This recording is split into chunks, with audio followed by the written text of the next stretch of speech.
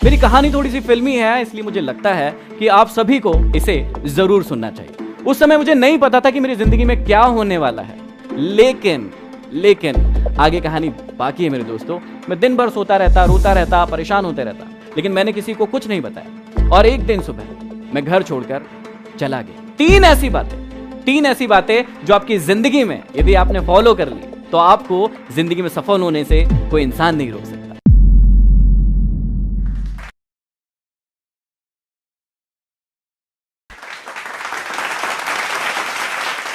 नमस्कार दोस्तों, मेरा नाम है महेंद्र दोगने और आप सभी लोग मुझे एमडी मोटिवेशन के नाम से जानते हैं। मैं रहता हूं मध्य प्रदेश के सबसे छोटे डिस्ट्रिक्ट हरदा में। मेरी कहानी थोड़ी सी फिल्मी है, इसलिए मुझे लगता है कि आप सभी को इसे जरूर सुनना चाहिए। इस कहानी की शुरुआत होती है 7th क्लास से। पढ़ने में बहुत ही गधा, उल्लू का पट्टा, डफर, कुछ भी कह सकते हैं आप। ऐसा था मैं 7th में। जैसे तैसे मैं क्लास पढ़ ही रहा था कि मुझे सप्लीमेंट्री आ गई 7th क्लास में, और उस क्लास को जैसे तैसे मैंने पास किया। आगे मेरी कहानी यहीं रुकने वाली नहीं थी, कहानी की तो अभी सिर्फ शुरुआत हुई थी। मैं आगे 8th क्लास को जैसे तैसे पास करके 9th क्लास में पहुंचा, और उस समय एक्सीलेंस स्कूल की शुरुआत हुई थी। उस स्कूल का नियम था कि जो भी बच्चा यहां पर फेल होगा उसे भगा दिया जाएगा। आप जान के आश्चर्य करेंगे कि उस साल, जिस साल ये स्कूल स्टार्ट हुआ था, उस पूरे स्कूल में एक ही बच्चे को सप्लीमेंट्री आई थी, वो था मैं। और आपको उससे ज्यादा जानकर आश्चर्य होगा कि उस साल उस सप्लीमेंट्री की परीक्षा को भी मैं पास नहीं कर पाया। मैं फेल हो गया और स्कूल से मुझे निकाल दिया गया। मैं बहुत परेशान हो गया, मैं चिंतित हो गया, क्योंकि लोग मुझे परेशान करने लगे। मेरे फ्रेंड सर्कल मुझे परेशान करने लगे। जब भी मैं रोड पर जाता था वो मुझे गालियां देते थे, कहते थे अरे देखो फेलियर आ गया, ये तो फेल हो गया था। कागज के टुकड़े फाड़ फाड़ कर मुझ पर उड़ाते थे। मैं बहुत दुखी हुआ, बहुत रोया, और मैंने डिसीजन लिया कि मैं आगे पढ़ाई नहीं करूंगा। लेकिन घर वालों ने जैसे तैसे मनाया कि तुझे फिर से पढ़ना पड़ेगा। मैंने कहा नहीं पढ़ूंगा। उन्होंने कहा कि तुझे पढ़ना पड़ेगा और फिर से 9th क्लास पढ़ना पड़ेगा। ये सबसे बड़ा टेंशन था मेरे लिए, क्योंकि वही क्लास फिर से पढ़ना मेरे लिए पॉसिबल नहीं था। जैसे तैसे करके एक गवर्नमेंट स्कूल में मुझे एडमिशन मिला, ये कह के कि भैया इसको एडमिशन क्यों दे रहे हो, ये तो एक्सेलेंस स्कूल से फेल है, इसे एडमिशन दोगे तो और ही हमारी स्कूल का नाम खराब होगा। उसके बाद मुझे जैसे तैसे एडमिशन मिला। मैं स्कूल में गया और मैंने एक चीज़ डिसाइड की कि अब मैं जितनी भी चीज़ें करता हूं लाइफ में, मैं स्पोर्ट्स में बहुत अच्छा था। 1500 मीटर जो रनिंग होती है उसमें मैंने स्टेट खेला हुआ है, जो खो खो होता है उसमें मैंने स्टेट खेला हुआ है, एनसीसी में सीएसएम था, बहुत सारी दूसरी एक्टिविटी में मेरा बहुत मन लगता था, लेकिन सिर्फ एक चीज़ में मन नहीं लगता था, और वो थी मेरी पढ़ाई। लेकिन अब मैंने डिसाइड किया कि यदि अब पढ़ना है तो अच्छे से पढ़ना है। मैंने सारी एक्टिविटीज़ को खत्म कर दिया अपनी ज़िंदगी से, किसी भी एक्टिविटी को अपनी ज़िंदगी में आने नहीं दिया। और उसके बाद क्या हुआ, 9th क्लास में मैंने खूब पढ़ाई की, 10th क्लास में मैंने खूब पढ़ाई की, और मैं बना टॉपर उसी स्कूल का जहां पर मैं फेल होकर गया था। तो जहां पर मैं फेल होकर गया था वहीं से टॉपर बना। ये खबर जो है मेरे छोटे से डिस्ट्रिक्ट में, हरदा में, पूरी जगह फैल गई। और हुआ ये कि मैं 9th से ही इंग्लिश का मुझे बोलने का बड़ा शौक था। मैंने एक इंस्टीट्यूट ज्वाइन किया था जहां पर मैं कॉम्पिटिशन एग्जाम की तैयारी भी करने लगा था। अब उसी समय में ये हुआ था कि एक मेरी लाइफ की बहुत ही मजेदार सी घटना है जिसने शायद मेरी पूरी जिंदगी को बदल कर रख दिया। मुझे बचपन से ही गरबा करने का बड़ा शौक था, डांस करने का बड़ा शौक था, और पता नहीं क्यों ऐसा होता है, पता नहीं क्यों, मैं ठीक ठाक हूं लेकिन पता नहीं क्यों मुझे लड़कियों जैसा रहना बड़ा पसंद था। मुझे बड़े बाल रखने बहुत पसंद थे, मुझे उनकी तरह तिलक लगाना बड़ा पसंद था। तो जब भी मैं गरबा करने के लिए जाता था तो वैसे ही बाल, वैसे ही तिलक और वैसे ही कुछ कुछ चीज़ें पहन के जाता था। अब क्योंकि मैं छोटा था और बड़े जो भाई लोग थे उनके ग्रुप में था, मुझे सबसे आगे खड़ाया जाता था क्योंकि मेरी एंट्री शानदार होती थी, कुछ अलग सी हरकतें करता था मैं।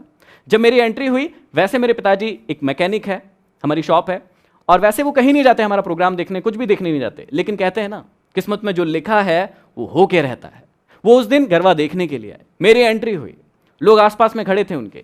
जैसे ही मेरी एंट्री हुई, मेरे लहराते हुए बाल मुझे बड़े अच्छे लग रहे थे, लेकिन हुआ क्या, लोगों ने कहना शुरू कर दिया कि ये कौन पागल लड़का है, ये कैसा लड़का है जो लड़कियों की तरह रह रहा है।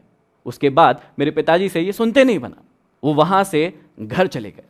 उन्होंने मुझे उस दिन कुछ नहीं कहा, लेकिन अगले दिन मेरे पिताजी मेरे अंकल के साथ बैठे हुए थे। अंकल ने मुझे बुलाया, कहा बेटा इधर आओ, ये क्या कर रहे हो, ये क्या हालत बना रखी है, लोग कह रहे हैं कि तुम लड़की जैसे दिखते हो।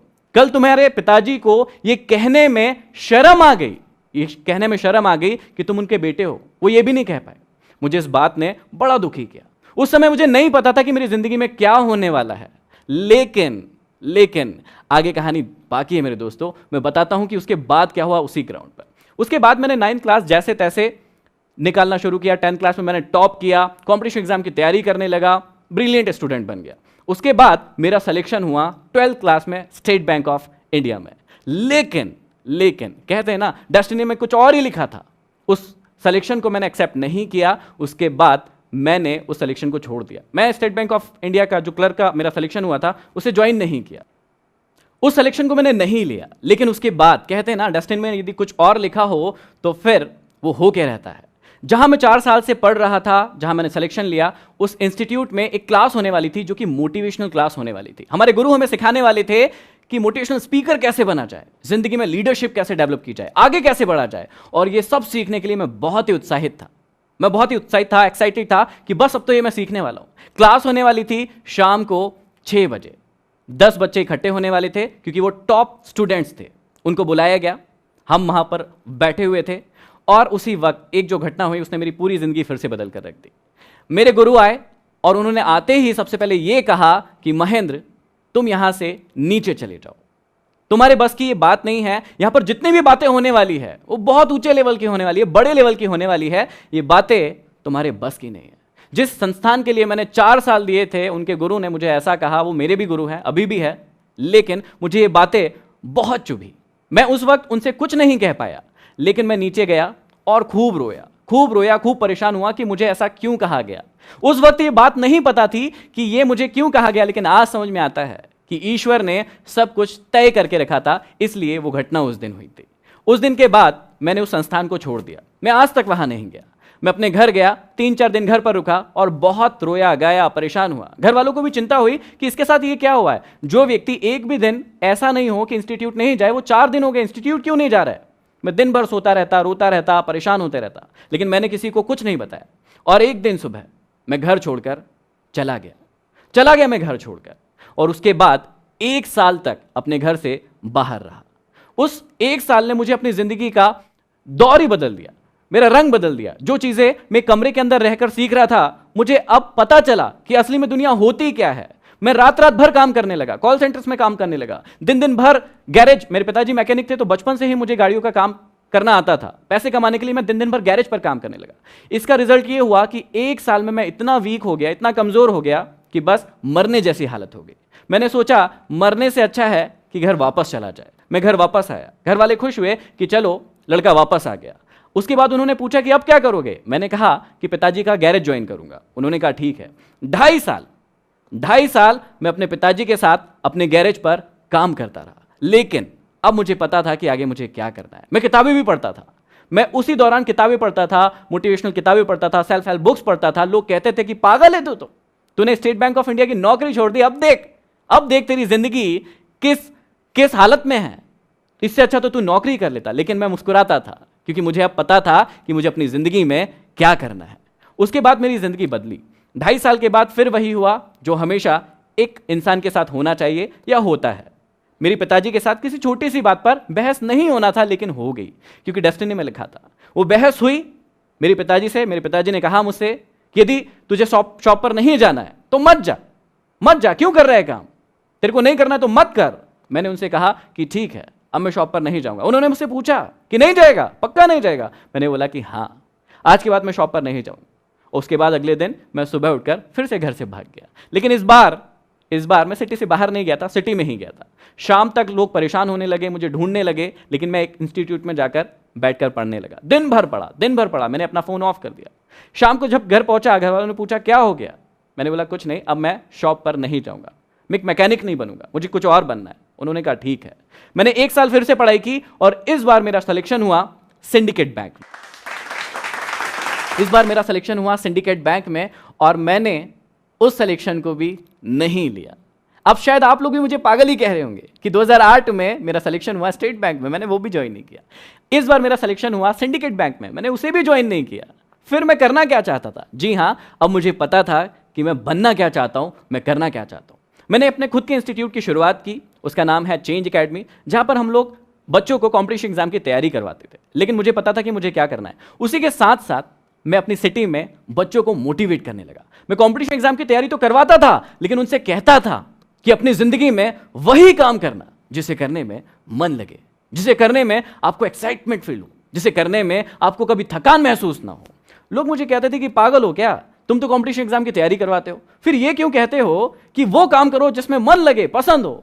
मैं उनको कहता था कि मेरा धंधा नहीं है, मैं इंसान को इंसान बनाना चाहता हूं, उसे सिखाना चाहता हूं कि जिंदगी को कैसे जिया जाए।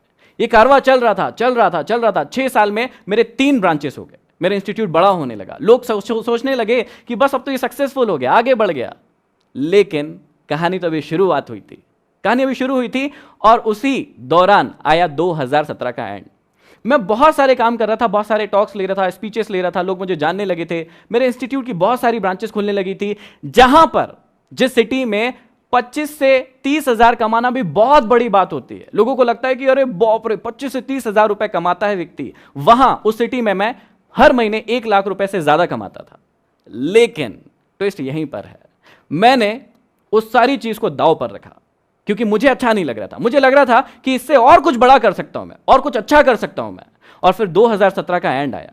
वहां पर क्या हुआ, वहां पर मैंने एक डिसीजन लिया कि अब इन सारी कोचिंग्स को मुझे बंद करना है, क्योंकि मुझे कुछ और अच्छा करना है। मेरे दिमाग में चल नहीं रहा था, मुझे समझ ही नहीं आ रहा था कि मैं ये काम करूं या ना करूं। फिर डिसीजन लिया कि मुझे ये काम अब नहीं करना है, और 2017 के एंड में मैंने तीनों के तीनों ब्रांचेस बंद कर दिए। अब लोग फिर से परेशान होने लगे, फिर से मुझे पागल कहने लगे कि यार इससे बड़ा पागल कोई नहीं है। सारी सिटी में ये बात हो गई, क्योंकि छोटी सिटी है तो सारी जगह बात फैल गई कि महेंद्र तो फिर से पागल हो गया।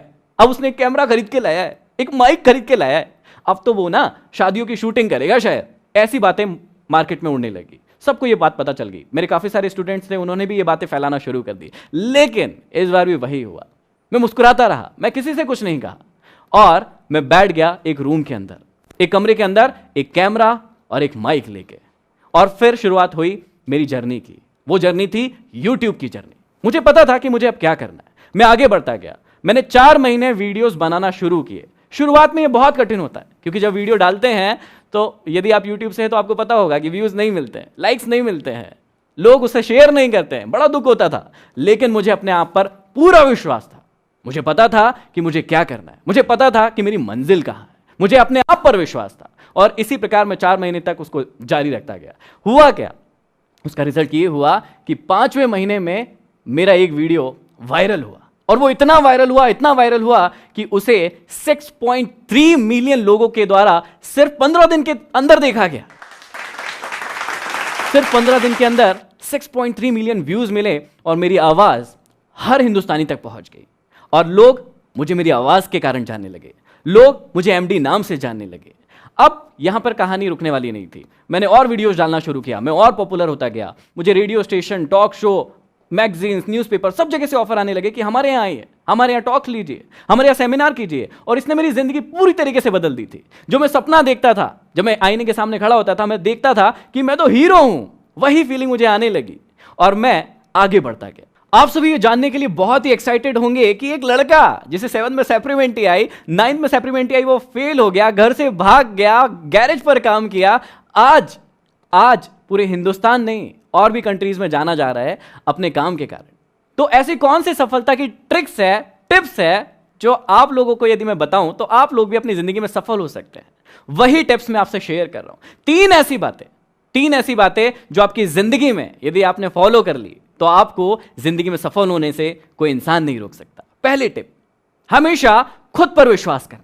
हमेशा याद रखना, खुद पर विश्वास करना, क्योंकि कई बार जिंदगी में ऐसा होता है कि जब हम काम करना शुरू करते हैं, फेल होते हैं, गिर जाते हैं, लेकिन कई लोग वहीं पर पड़े रहते हैं, अपनी जिंदगी में सोचते हैं कि मैं आगे नहीं बढ़ सकता, मैं कुछ नहीं कर सकता। मैं आपको समझाना चाहता हूं, मैं आपको बताना चाहता हूं कि जिंदगी में किसी पर विश्वास करे ना करे, लेकिन सबसे पहले खुद पर विश्वास करें। दूसरी टिप्स जो मैं आपको देना चाहता हूं बहुत ही इंपॉर्टेंट है, अपने आप को कभी भी सस्ते में मत बिकने दीजिए। कई बार ऐसा होता है कि हम अपनी जिंदगी में जब एम बनाने के लिए बैठते हैं तो छोटे छोटे से एम बना लेते हैं, सोचते हैं कि ये भी हम कर पाएंगे या नहीं, खुद पर विश्वास नहीं होता है। दोस्तों, मैं आपको समझाना चाहता हूं कि अपने आप को और अपने सपनों को कभी भी लिमिटेड मत कीजिए, उन्हें बड़ा बनाइए, और अपने आप को कभी भी सस्ते में मत बिकने दीजिए। और तीसरी और सबसे इंपॉर्टेंट चीज, हमेशा याद रखना, बड़ा नौकर बनने से अच्छा है छोटा मालिक बन जाना। हमेशा खुश रहोगे। क्या आपको लगता है कि लाइफ में सक्सेसफुल होने के लिए डेस्टिनी की जरूरत पड़ती है?